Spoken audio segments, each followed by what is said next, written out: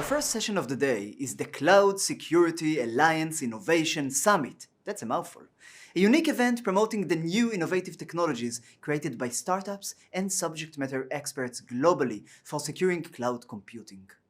In the summit, we'll hear about the latest developments from the Cloud Security Alliance research team and examine new startups and their innovative technologies.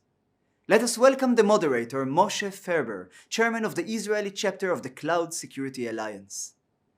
Moshe is one of the top global experts in cloud computing security and has been working hard to promote secure adoption of cloud computing.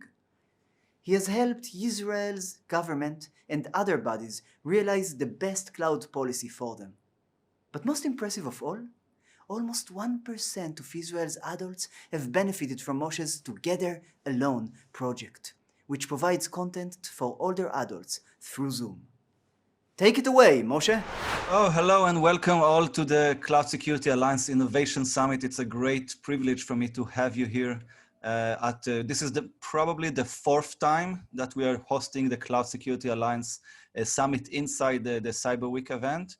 Of course, due to COVID-19, this is the first time that this is virtual, so I'll not be able to see all your faces.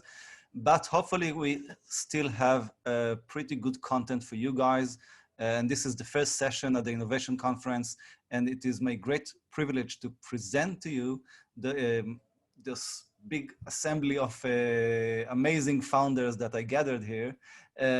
We have here Demi Ben-Ari. Hi, Demi. Good to see you. Founder for Panorays, one of the most popular speakers about Google Cloud and about third-party securities.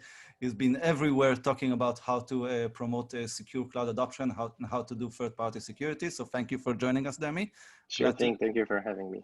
We have here Ofer Maor, a legend on his own. Hi, Ofer. Pleasure to see you.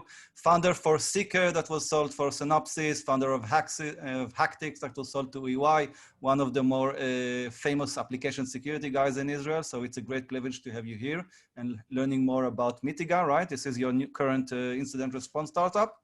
So it's a pleasure to have you. And last but not least, Oded, it's great to have you here. Oded Hareven, coming from AKEYLESS, one of the more interesting startups that I met recently, doing secret key management, one of the biggest problems that we have in DevSecOps.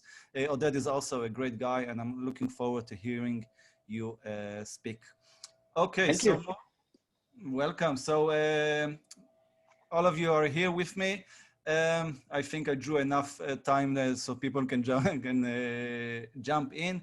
We are here to talk about innovation and cloud computing. All of you are here because you present something that is new in cloud computing, a new way to promote security, a new way to make us trust those services. So we are here basically to speak to you about the challenges that you encounter in cloud security and how do you think we as a community, you and your company, how do you think we should solve them?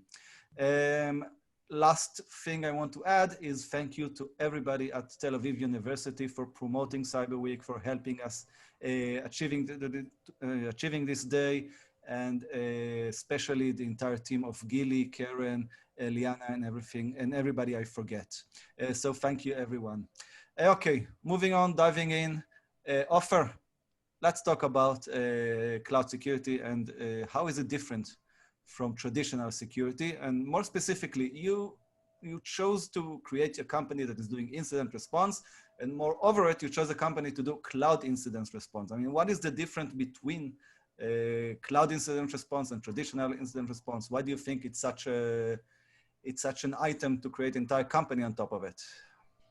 So thank you for the question. I think one of the things that drew me to cloud security and cloud incident response right now is that we're in the very early days of this space.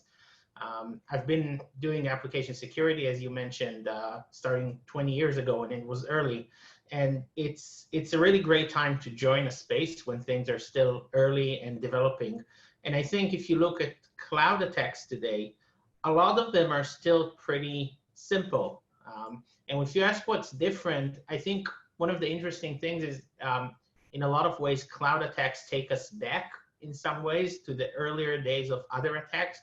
misconfigurations, policy, permissions, things we've already been dealing with in other spaces, but now take a new representation, a new facet on this new technology. And I think for us who are in this space and for others who will join in the years to come, we'll see an amazing increase in quantity and in sophistication of cloud attacks. And this is one of the things that drew me to do IR. I think, you know, there are a lot of great companies already trying to solve a lot of problems in this space. And two of these companies are here with me. There are a lot of others in Israel and outside of Israel. But I think what we see is that unlike 20 years ago when I started in software security, attacks are now prominent everywhere. Organizations get breached regularly. Most organizations are going to get a serious breach at least every 2 or 3 years. And this is all moving to the cloud. And I think the attacks are moving to the cloud probably as fast as organizations are moving to the cloud, and faster than what security is moving to the cloud. And I think there's just going to be a tremendous amount of need for that. And the other side of that is that if you look at the traditional IR, the on-prem legacy incident response, it hasn't really changed a lot over the last decade. I mean, a lot has changed in the more, let's call it entry-level IR, what the SOC analysts are doing. We see a lot of technology in this space, automation, SOAR, and so on. But if you look at the big catastrophe IR, let's bring in the cavalry, it hasn't changed a lot. It's still somebody outsider coming in. They don't know you very well usually, and now they have to start dealing with everything. And as we were building this idea of forming MITIGA and forming a different way to do incident response in the cloud, we've also realized there's need to change the premise of how IR is handled. And so we're building a platform to better orchestrate IR, and most importantly, to prepare organizations to IR upfront. And I think now that organizations understand that it's not a matter of will I get breached, it's only a matter of when I get breached, then they're more willing to invest resources, time, money in preparation for IR. So when you look at cloud IR, and you ask how is cloud incident response different than traditional incident response? I think at the core, again, there's a lot of issues around what do I get in terms of investigation capabilities, logs, and so on. Traditional IR is 80% EDR or XDR in its new form. It's reading the logs, it's reading the binaries from your servers and hosts and endpoints.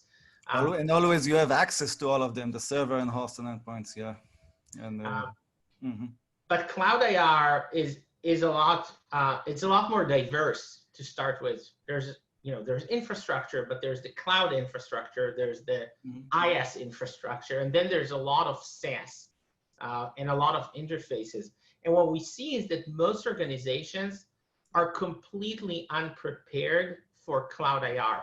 They never touch the log configuration of their cloud provider. They use whatever the default is, which with some of the cloud providers could be as short as 30 or 60 days. Or they turned off a bunch of logs because they were expensive, because we pay in the cloud for everything that we do. And they have absolutely no investigation capabilities. Even if one of the things we do is SOC enablement. We help your SOC to be ready for the lighter weight incidents and detections. There are no playbooks, there are no run books, there's no knowledge for most organizations we meet in cloud, unless some of the newer tech pure cloud companies that are there. But also this is true for you guys, right? You need to build your own playbook, right? On many occasions, you're going into something that is vague and you're building the playbook as you go. Yes, so we started the company a little over a year ago. The first half year was almost entirely research. We spent a lot of time learning this, building playbooks, building run books, understanding how to manage, stream, analyze the logs of the different cloud vendors. And yes, still it's so complicated. There's so many different players and services out there that whenever we get to a new incident, we usually have something else we still need to research, and that's part of the model. Okay. In a second, I will ask you about a couple of examples for attacks that you witnessed. But in a second, I want to switch to Demi and Oded, give them a little bit a review of what they're doing, and then we go back to this one. Demi, how are you? Yeah, doing So, great, thanks. Panorays is doing more about third-party security. I mean, basically, you're looking at the cloud customer partners and the third parties, and basically checking up the risk. Tell me a little bit about why did you choose this vector to handle with? Why did you think this is the most important thing to handle? Yeah, thanks, Moshe. So, in general, asking like first of all, what's the cloud? Okay, and basically, if I go and define that, it's basically somebody else's computer. Okay, and somebody else is running infrastructure, and what that infrastructure actually holds is data. And I'm going also like back 20 years, like Ofer mentioned, and he's talking a lot about the shift of the world to different kinds of services. And we're literally like outsourcing most of our abilities right now to the cloud. If it's, the regular cloud hosting, email services, it can be like literally anything, marketing tools. But what we're basically doing is expanding our perimeter, because we spoke about, the on-prem things that used to be like 10 plus years ago.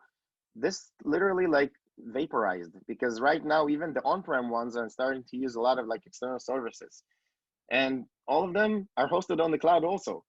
So it's not only like every company that starts its own like path actually based itself on the cloud. All of the services that they're using right now are holding their data on the cloud, so your perimeter has expanded. So it's really hard to actually keep track. Ofer mentioned about like different kinds of abilities, logging, tracking capabilities, and a lot of security controls that they need to put in place. And do they know what to put? Like, this is one of the hardest questions. Like, let's take the example, the CCM by CSA. Okay, it has an evaluation purpose of a cloud service provider or any provider. Basically, do they have the proper controls in place? For example, how they encrypt things, how they handle like different kinds of logging capabilities, data retention, speaking a lot about that. And because of that, this is a pain point. Why? Because think of it that these like cloud services today that are being ramped up like on second basis, you would say, it's how do you know how they're securing your data? Right now, you've given the list of all of your customers to a cloud provider. Okay, if somebody actually hacks that, nobody needs to hack to your organization. They basically have a list of all of your prospects and they kill your business. That's it. It's an immediate like impact on your business. So having that ability, for example, sending out the cake and trying to evaluate that service. Okay, this is one ability that people are leveraging to do their own onboarding process of third parties. And when I mean third parties, it doesn't have to be a supplier. It can be a business partner of yours, right? You're integrating to a lot of things in the cloud environment. And Ofer also mentioned that problem, because do you know who do you integrate with? Most of the services are like freemiums. You even don't have control on that. So even like getting visibility on that is really, really hard. So by that, creating a platform that does that on a continuous manner and evaluates the shared responsibility that you have with the cloud provider, this is something super important. How would you do that? Again, without any automation. Because again, going on manual processes, even during COVID time right now, okay, on-prem died. It's kind of like, or dying, I would say, okay? On-site evaluations are gone because people don't want to interact face-to-face. So you immediately have to adopt a lot of cloud services. I saw that on our customers, like literally on February, there was like an immediate peak increase of cloud adoption.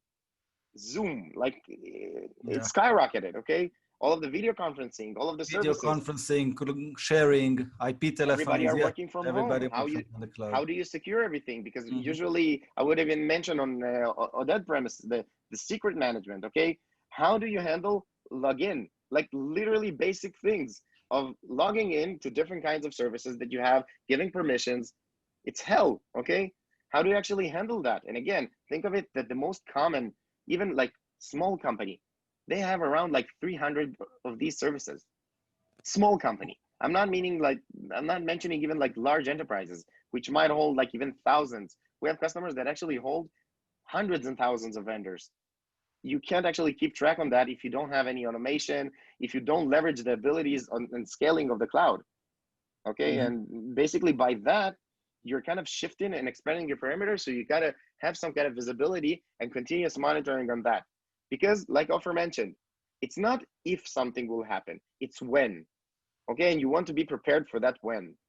Okay, very interesting. I'm taking few keywords from this. The continuous. I mean, we used to have point-in-time certification, and we noticed this a very big time between the 12 months between one user and another. That in the cloud, it's eternity. Everything can change. I mean, I can migrate to a different data center through this time. Yes, so continuous is very important. And again, there's a big variety in the market. Not all cloud providers created equal.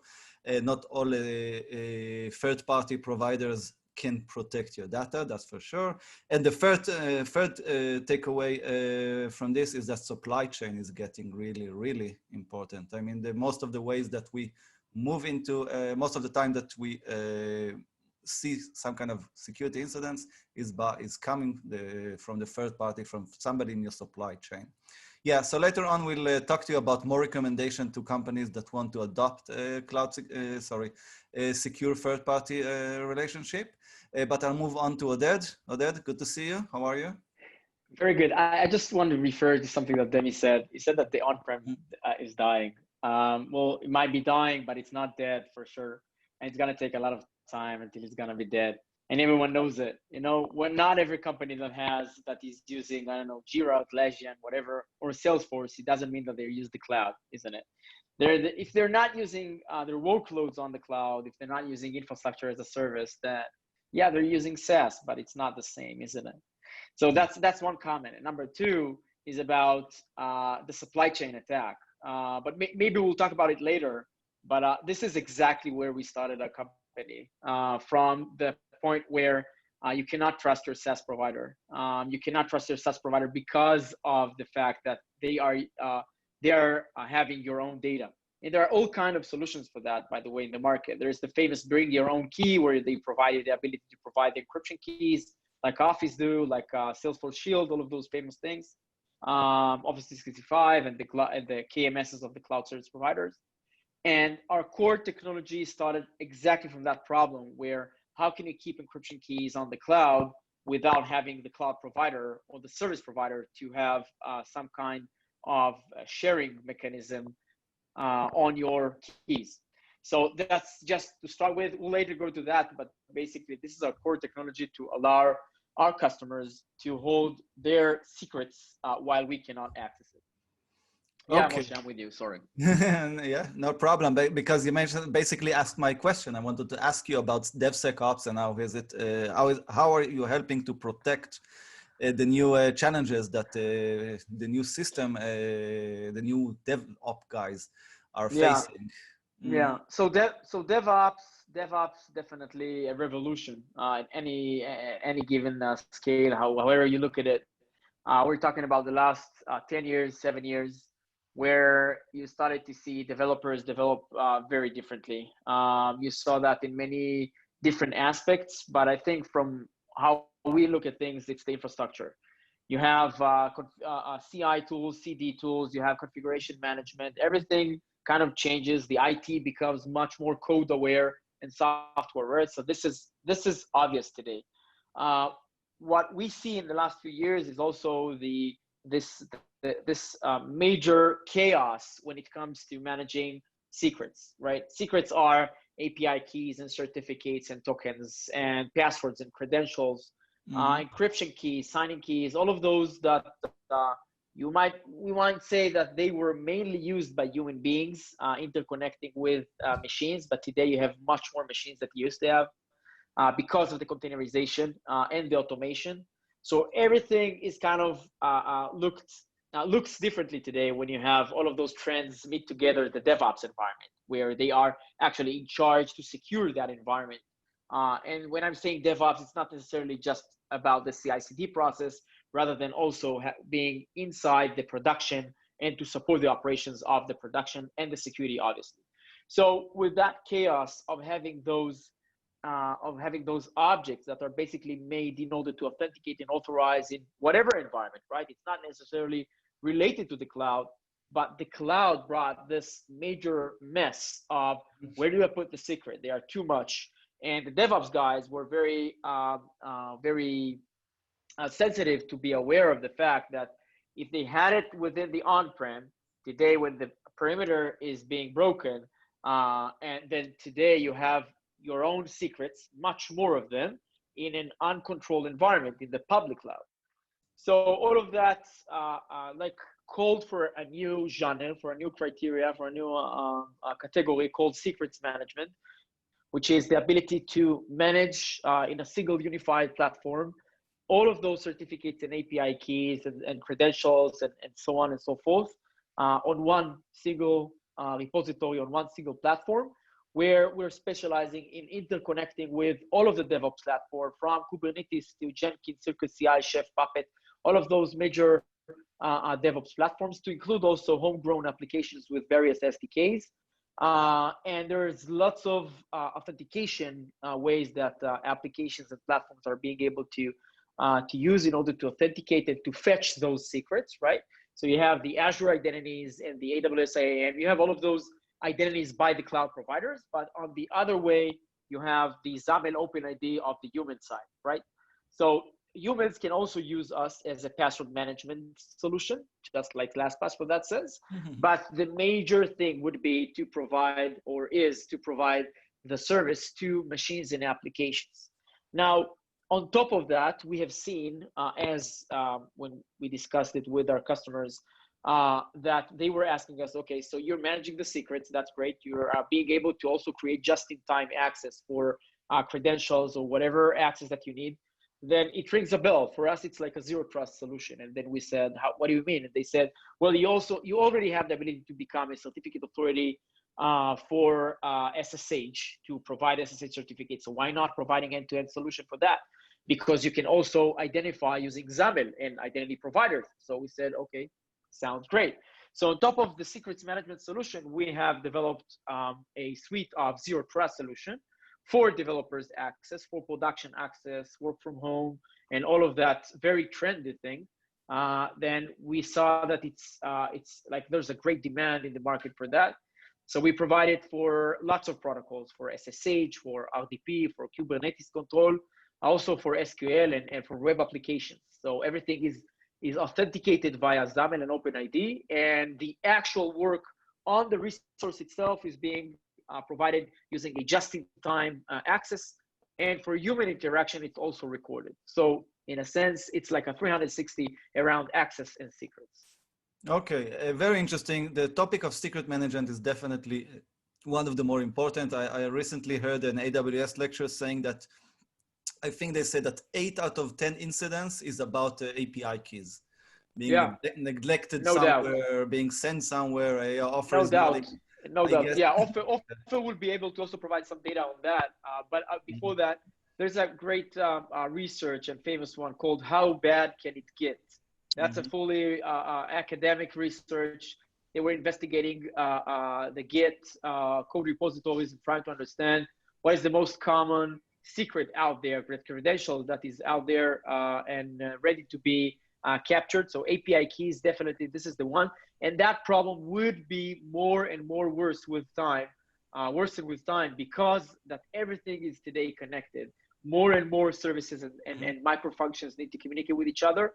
I'll later discuss, if you'd like, Moshe, about our universal identity project. It's a very cool thing, but I'll let Ofer to continue from here. No, I just want to say one more word. First thing I like is there's definitely secret management is a problem. Second thing, I like the approach of having the developers king. I mean, for many years, we've been trying to enforce security on developers instead of giving them tools and let them work, and instead of trying to build security around them. In their wording, they call it like a candy shop for them, because for them it's like all of the things that the CISOs were asking and to do, and they were like, okay, leave me alone.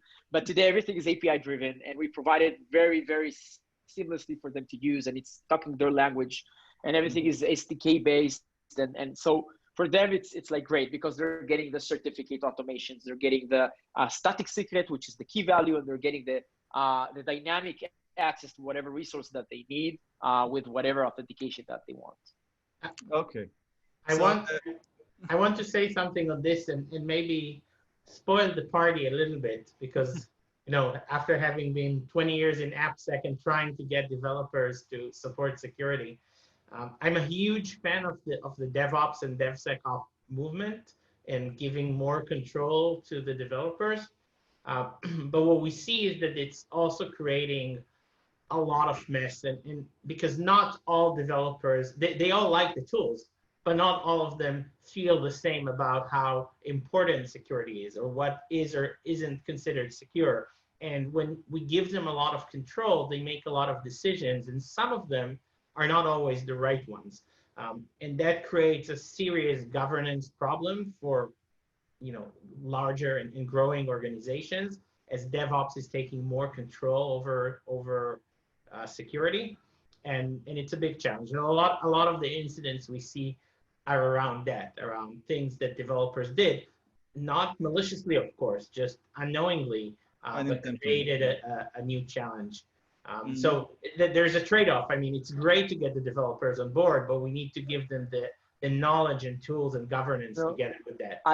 I almost can't believe that I'm hearing that from you, Ofer, after 20 years that we've been, I remember 20 years talking back then with you, by the way, talking about how can we make the developers be more security aware. And today, finally, we're on those days and you're saying, yeah, okay, it's okay, we brought them the security, but they're a big mess. I'll quote you for that. The challenge is, I've been training developers all my life.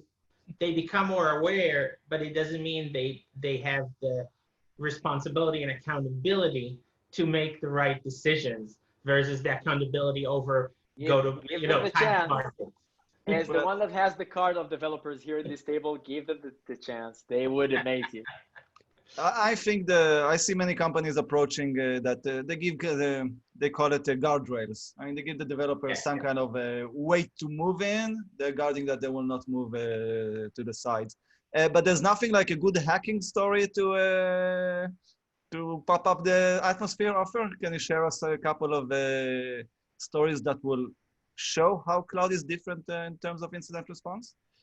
Sure. I think when we look at the incidents we're dealing with today, I think that they are split into three main areas, right? One of them is, and I mentioned this earlier, security misconfiguration. Probably the most popular would be an S3 bucket with public access that somehow somebody accidentally turned on, or somebody put some policy some completely other place which accidentally turned it on.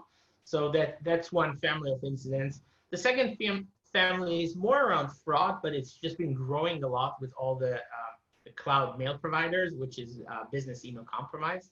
And we've seen a lot of really interesting things. We've just recently published an article on a very big campaign of business email compromise with over 150 affected companies and tens of millions of dollars of fraud. But I don't want to get into that, even though it's interesting, because I want to get into the third category, which I think is more relevant to the discussion we're having here.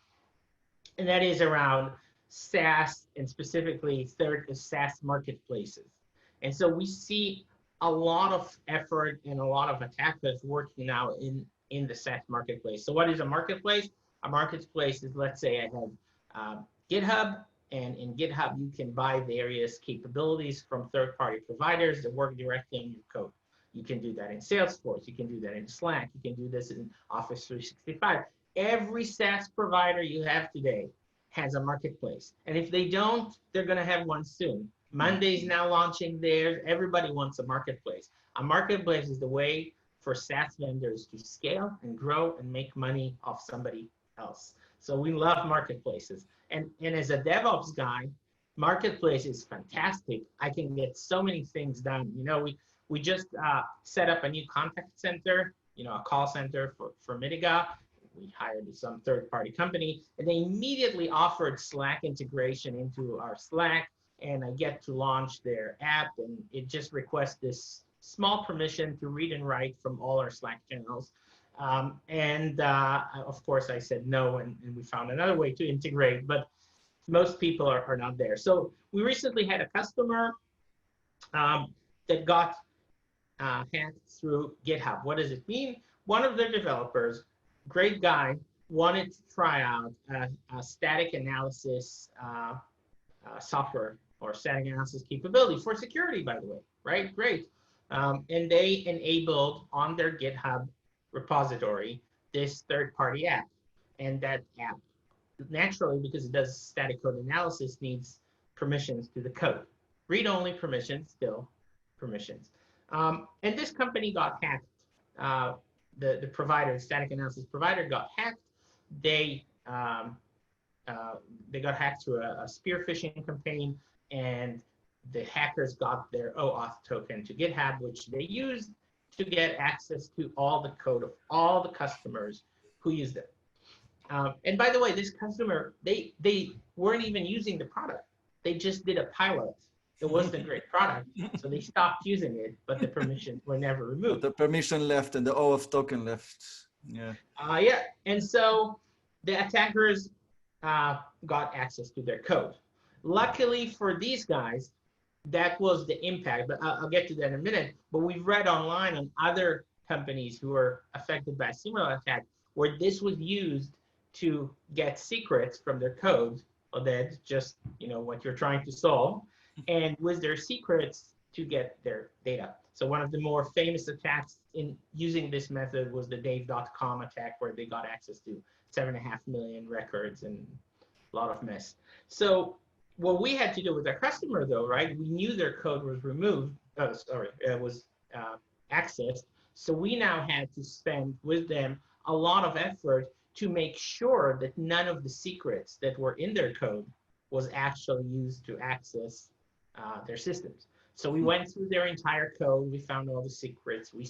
We checked for each, they had various cloud providers. For each cloud provider, go through all the logs, make sure there's no unauthorized access and so on, find all these little leads and validate they're not malicious.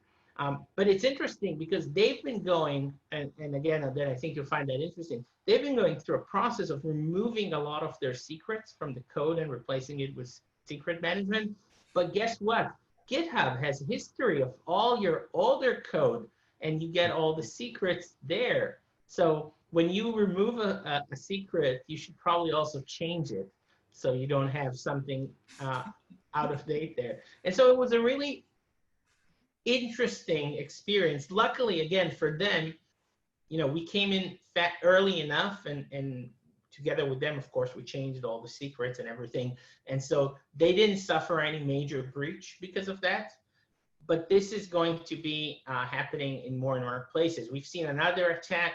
There's an automatic solution for that, by the way. Sorry to interrupt, but there's an automatic solution for that from the world of just-in-time and dynamic access, but we can talk about that later. And so we've seen another attack where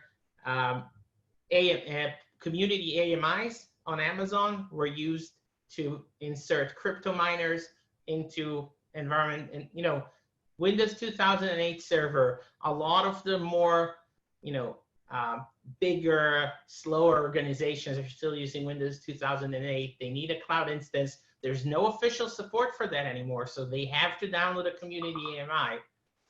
And they bring in a community AMI, and that steals money from them using crypto. And so from what I see, this is going to be probably one of the biggest attack vectors in the years to come, generally speaking, not just GitHub.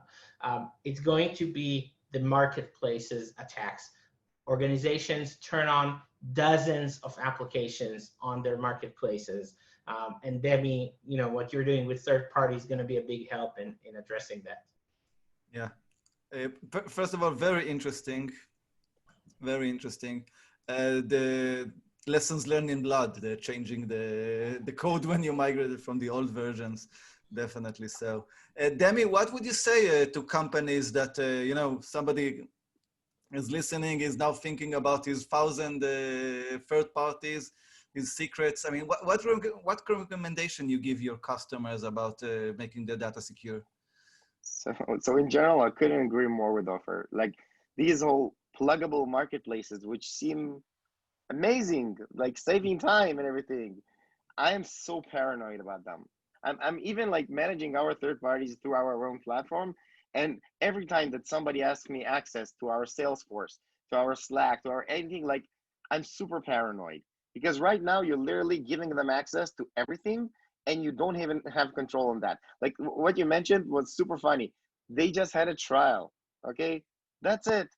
It's just a, naive trial that you're basically giving them access to everything. And without any engagement, nobody spoke with you, like the shadow IT thing, and it's with a click of a button. So this is like an immediate risk on your company without even you understanding anything. So the cloud provider or the service provider that you're kind of engaging with, it's literally something that you need to be really, really aware of. And getting that continuous visibility is super important, right? And again, like when something will happen, and I'm stating that when, you need to at least understand how to respond to that, how you're communicating with that third party, what kind of access they have. Okay, how you mentioned about the mitigation action of actually changing secrets. Okay, how do you know where to change? Again, all of these things are bound to the context that you're working with a third party. So it's not like getting some kind of scorecard on a vendor or a third party or cloud provider or something. You need to create some kind of relationship with him. Okay, when you're engaging with an entity, or at least like clicking that button of add or integrate, which seems like amazing. And again, you have everything communicating with everything and kumbaya. Before that, you need to understand at least like what type of information you're passing to that. And this is the first thing that I'm saying to all of our customers. Understand what type of interaction you have. Understand what kind of data you're passing away, what kind of permissions you're giving to that X third party, whatever that you're engaging with. And then you will be able to do some kind of even mitigation actions prior, not connecting them to the production environment, not giving them read access. Like, what's read access? If somebody gets read access to all of my Salesforce accounts, that's it. It's game over. And again, how do you know how they secure the data? It's much easier. Like, I would mention a lot of even aggregate things. We mentioned the marketplaces. These marketplaces have offerings. These offerings have third parties that they're using also. So even the aggregate of the fourth parties is important. Okay, let's take an example. Okay, a really straightforward one of hacking your hosting provider. Hosting provider, and most of the times people say, no, it's only my marketing website, which is literally connected to your DNS provider. Okay, you're controlling all of your domains through that. And by the way, if they hack that service provider, which is detached, they're holding your data. Not only that, your customers are accessing that website or that application, immediately having some kind of reputational damage, defacement, drive-by downloads, all sorts of like really, I would say, out of the box attacks that are really, really easy to implement. And basically they can steal everything and even create large and vast impact on your company and on its operation, which is business continuity is really, really important. It's not even like security. It's basically having some kind of ability to even recover, okay, and change and respond, which you basically can't do if you don't have any visibility on that. Somebody has all of your data and you don't know where it was gone from, and that's it. And that whole use case of creating some kind of even relationship, I'm sorry for the language, but who do you contact when shit hits the fan? Okay, it's problematic. You don't even know who to engage with a third party. So you need to create, again, what Ofer mentioned about I engaging. probably will call Ofer, but yeah. Yeah, really engaging with them, doing some kind of like even action afterwards. Or how do you get visibility on what was wrong? And again, going back to the legal part of it, data privacy, etc., you have the immediate even responsibility contractually to kind of like say back to your customers, I got like something right now, I'm handling that. I need to create some kind of process, because if you don't do that, basically you can, like close the shop, because you will get so many lawsuits that basically you'd rather close your company. I'm laughing because I've been teaching CCSK for I think 8 years now, and in CCSK we have an incident response model. The most important thing for many years, the most important thing in this incident response model was a big slide saying you know who to call. Because exactly. so many times I received like a phone call 2:00 at night. Moshe, do you have a contact at AWS or Microsoft? Because we're having an incident, I have no idea who to approach. I thought they were asking about that slide. Did you have an answer for that, slide? You can put my picture. Exactly. So from now on, I'm adding your picture to the call. So yeah, the question of who do you post your data to, and later on when you I will use better word, when something hit the fans. So you should probably know who to call. Yeah, it's amazing how many people miss this small option, and it's very easy to board those companies. I mean, put in your email, put in your credit card, you're in. But when something happens, definitely go try to look for the support phone call. That's a big challenge. I want to add one small thing about that, because that came up pretty big in the incidents we had with third parties, because we are trying to investigate and we need the logs, right? And we have the logs of our customer, but for instance, GitHub is a separate logs, and they don't give you everything by default. You can ask them to get some of it. And then the other third party, which was the actual app, again, you have to chase them. And I think that's part of the challenge and part of readiness. Like you say, it's not just who to call, but how do you make sure you have access to the full log trail to investigate when something bad happens? And that's not easy with third parties at all. Yeah. We have a couple of minutes left, but you're yourself, you're a cloud provider, you're a SaaS provider. And after everything we talked, and again, you're pushing people to protect SaaS. How do you handle the tough questions? I mean, how do you? So first of all, it's not only that we're a SaaS provider, we're also directly engaging with the production environment. So it's not just having the ability to protect the data, rather than also we are providing the maximum availability, just like cloud provider, using multi-region and a multi-cloud environment that we've built. This is important, because I must emphasize this, because if you are not available, the entire secrets are not available, so the entire application is not available. It's so true. Availability it's is true. very important to you. And this is why availability is one of our core values. And this is why we provide that currently between 4 to 5 nines. So we've done a lot in terms of resiliency and in terms of availability. Again, between like multi-region environment and also multi-cloud environment. So we would be always on. So that's one. But in terms of data, and I've mentioned that at the beginning of our talk, so that was exactly where we started. We said that we need to have the ability to basically hold the data of our customers, which is secrets, those credentials and API keys, without everyone have the ability to attack us somehow and to grab those API keys from us. So we have leveraged the patented technology of our CTO that he came with. He came up with this idea of having those cryptographic operations using fragments of encryption keys without ever combining them. So that's totally different from Shamir secret sharing, where you have those this key and you fragment it and then you grab it all together. So with our technologies, basically those fragments are being created on different regions, on different cloud providers, and the actual cryptography takes place on the customer side, sometimes even right on the client side in the application level, either mobile, Java, JavaScript, whatever. So we support the old application encryption as a service method, and we're using it in order to encrypt those credentials. So one of the fragments of the key, and regardless if it's one or many, it depends on the architecture and the decision of our customers. But basically, there is one customer fragment that is stored on the customer side using our gateways that we provide, which is very easy to consume. It's a stateless Docker container. So it is on their side, and we as a service provider do not have all the fragments of the keys.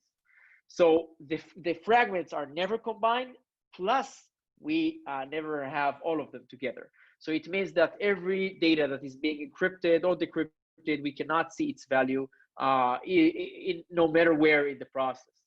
So on the one hand, we've provided the encryption keys mechanism, the secrets management mechanism, and on the other hand, we are not exposing our customers to any kind of attack from a third party, because if someone steals our data, it's a random bit. They cannot do nothing with it. In terms of authentication, by the way, we have added more and more mechanisms in order to make sure that the authentication is being kept better. And that's what I've mentioned earlier with our universal identity product that we have provided, especially for either on-prem environments or for sub-identities where, for instance, if you're having your own Kubernetes cluster and you want to identify and to have secrets, currently, as the current technology provides, you need to expose all of your secrets to that cluster. You cannot differentiate between pods and namespaces. So we've added another layer of segregation. And just one quick sentence about what things my colleagues here have mentioned about the ability to have access and permanent access. So we provide dynamic access for all of the production environment of yours, never mind if it's in the on-prem or out there in the public cloud. But basically the point is to get to zero standing permissions, as the analysts say. And we are totally providing that ability either for human access or for machine access. So machines can authenticate to databases using temporary credentials, and also humans can access Linux servers using temporary SSH certificates. So all of the things that we provide using secrets and access, they are temporary and just in time and ephemeral by nature. So no one can grab those tokens, as everyone are talking with, that bad configuration of S3 and so on and so forth. Tokens are ephemeral by nature. I think this is a glimpse also to how a new technology should look like. I mean, in the end, all of the platforms would look like this with temporary credentials and ephemeral and no static keys. I mean, basically what you're building will probably, this is how SaaS provider will be look like in 3 or 4 years. So as long as they have the programmatic approach to do so, we provide it already. So no matter what SaaS provider that you're using, we are able to rotate their API keys. And by that, no matter if Git has versioning, as Ofer mentioned, anytime that you're running that code, it gets new type of token. Okay. So we're running out of time and we have another session coming. So first of all, I want to thank you, all of you. I'm going to summarize in a second, and I'm going to leave 1 minute to each one of you to maybe say one sentence if you want to. For me, summarizing cloud is different. Cloud is different because it's heavily interconnected. We're using so many third parties instead of developing ourselves. And it's not going to change. I mean, people are pushing for more third parties. Nobody wants to, again, build a data center, build an application. People prefer to focus on their business. So challenging time, and the combined offering of 3 of you will probably solve many of our challenges. So good luck to you all, and thank you for staying here. Welcome to say one more sentence. Oded, start from you since you're the not muted one. Obviously, yeah, no problem. I believe in DevOps. I believe in developers having more security, and I hope we're going to see more and more tools in that sphere, in that area. And thank you for having me, Moshe, and thank you guys for being my colleagues for that panel. Thank you, Oded. Demi, last words. Yeah, I thank you very much for the hosting. I really like talking to you each time, you know that. And basically getting visibility on whatever is connected to you and keeping track on that, which is really, really hard, especially with all the increasing numbers of services that we're using, and trying to understand at least how to respond, like, is super important. And once you actually get that visibility, then you can do something. I think this is one of the most important things that you need to understand. Okay, and once you understood that, then we could go to creating security. Perfect. Thanks a lot, Demi. Thank you for your time. Ofer, last words? You're muted. I hope not last. Yeah, sure. Sure. Thanks for having me. I think, this discussion is showing a lot of the complications we have with cloud. And I think part of the shift is not just thinking about protection and detection, which we should, of course, with all these tools, but realize that we're going to get attacked, we're going to get breached, and we need to think of resiliency and how to be prepared for breaches. And that's the torch I'm carrying these days. So let's hope we see a lot of change in this space. Perfect. Okay, thank you all. Do you see here the name? Is it okay or reversed? I see it reversed on my fine. name. No, it's okay, fine. Great. Yeah. It's definitely fine. Thank you all for your time. It's been a pleasure having you. Thank you. Keep Cheers, guys. Thank you very creating, much. Safe. Bye bye. keep Thank making you. the cloud secure. Bye bye.